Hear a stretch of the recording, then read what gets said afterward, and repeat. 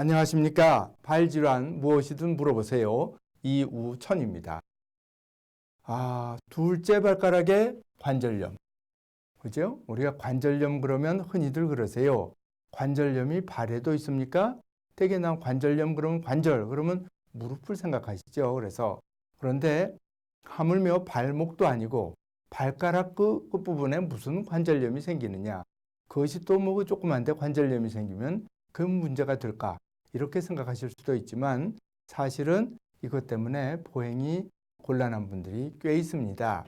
그래서 이것이 관절염이 생겼을 적에 그것과 이제 서로 감별해야 될 질환, 결국은 비슷합니다. 증세도 비슷하고 치료도 어떤 면에서는 비슷한 면이 있는데 어쨌든 우리가 보통 거기에 관절염이 있을 때 무혈성 괴사라는 말을 듣고 오시는 분도 있고요. 무혈성 괴사, 무혈, 혈, 피라는 뜻이죠. 무혈성 괴사라는 말은 어디든지 생길 수가 있는데 어느 뼈든지 피가 통하지 않아서 뼈가 죽었다 이런 뜻입니다. 그걸 갖다 사람 이름을 붙여서 프라이버그시 병 이런 말을 붙이기도 하고요. 그것과 관절염은 엄연히 다른 병입니다. 그래서 결과적으로 이런 병이 생기더라도 이것이 문제가 되는 것은 이것이 관절염이 생기는 거거든요. 그러니까 결과적으로는 비슷하겠지만 두 가지가 좀 다른 점이 있을 수가 있습니다. 관절염이라는 건 무릎도 마찬가지고 어디든 똑같습니다. 연골이 닳아서, 관절은 연골이 중요한 거죠. 뼈와 뼈 사이에 이 뼈와 이 작은 뼈들에도 이 뼈와 이 뼈 사이에 틈새가 있으면 요 사이가 비어 있는 것이 아니고 요 사이에 좁지만은 연골이 있는 겁니다. 어느 관절이든지 다 마찬가지입니다. 연골이 있는데 요 작은 관절, 여기 지금 1, 2, 3, 4, 5인데 여기 좀 깨끗해 보이죠? 이뻐 보이고. 두 번째는 어떻습니까? 뼈가 조금 더 허옇고 요 틈새, 요 부분은 거의 붙어 있습니다. 그리고 뼈 옆에가 뾰족하게 뼈가 나와 있습니다.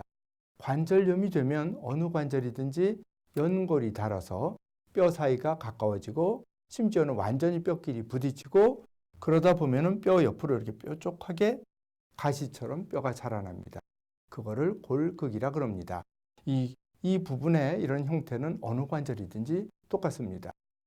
그래서 대개 두 번째 이 부분의 관절염은 원인이 이 두 번째 뼈, 이 발가락 뼈가 아니고 되게 발가락이 길면 이렇게 구부러지기도 하고 그렇죠. 그럴 적에 난 발가락이 길다.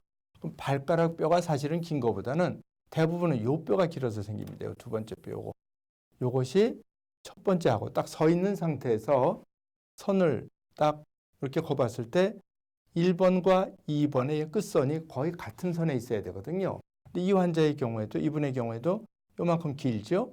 요 1번보다. 그러면 1과 2는 같고 2보다 3이 약간 짧고 3보다는 4가 약간 짧고 차례대로 조금씩 짧아집니다. 근데 이 경우에는 두 번째가 길기 때문에 길면은 거기에 걸어갈 때 자꾸 뼈끼리 부딪히면서 세월이 지나면은 연골이 닳고 관절염이 생기는 것입니다.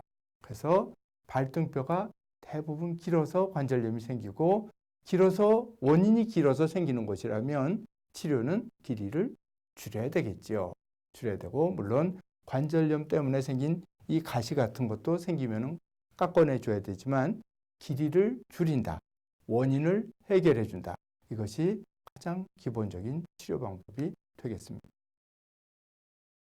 그래서 또 이거는 이제 그거보다는 좀 아까 좀 보여드린 것보다는 좀 경미한 상태고요. 그렇지만 1번보다 2번이 많이 긴 거는 역시 알 수 있습니다. 수술 뭐 좀 그렇지만은 뼈는 연골은 하얀색인데 그 중에 이 부분은 연골이 닳아서 뼈가 이렇게 탁 노출되어 있는 겁니다. 저거보다 이제 심할수록 연골이 더 닳아서 하얀 부분이 자꾸 없어지게 됩니다. 그리고 그 무혈성 괴사는 같은 위치에 꼭 비슷한 모양으로 생깁니다. 그런데 관절염은 두 번째 주로 생기고 두 번째 드물지만 세 번째도 생길 수 있습니다. 무혈성 괴사도 마찬가지입니다. 두 번째 또는 세 번째에 생깁니다. 그래서 요건 지금 두 번째 생겼고 무혈성 괴사는 보면은 길이는 길지 않습니다. 이게 찌부러져서 그럴 수도 있지만 길이가 길지 않고 뼈가 죽어서 주저앉기 때문에 이렇게 모양이 변형이 생기든지 그런 것이 좀 다른 점입니다. 그렇지만 이거는 이제 길이가 길지 않기 때문에 길이를 짧게 할 게 없겠죠. 그렇지만 뼈가 걸리는 데를 깎아준다든지 뭐 이 치료 방법은 조금씩 다르지만 하여튼 원칙적으로 기본적으로 대부분은 관절염과는 조금 다른 그런 형태를 보여주고 있습니다. 그래서 또 이분은 보면은 뼈가 이제 역시 길지 않죠? 근데 여기 보면은 이 수술장에 뼈가 죽어가지고 뼈도 피가 통해서 살아있는 조직입니다. 우리 살이 째면은 피가 나듯이 뼈도 끊든지 구멍을 뚫으면 피가 납니다. 근데 뼈가 일부가 죽었다. 그러면 정상뼈에서 그 죽은 뼈는 분리가 됩니다. 그래서 그런 것만 봐도 이것은 무혈성 괴사다 뭐 이런 거를 알 수가 있습니다. 그래서 두 번째 발가락에 관절염을 요약해 드리면은 관절염인 경우와 무혈성 괴사 또는 사람 이름을 붙여서 프라이버그시 병 이런 경우가 있습니다.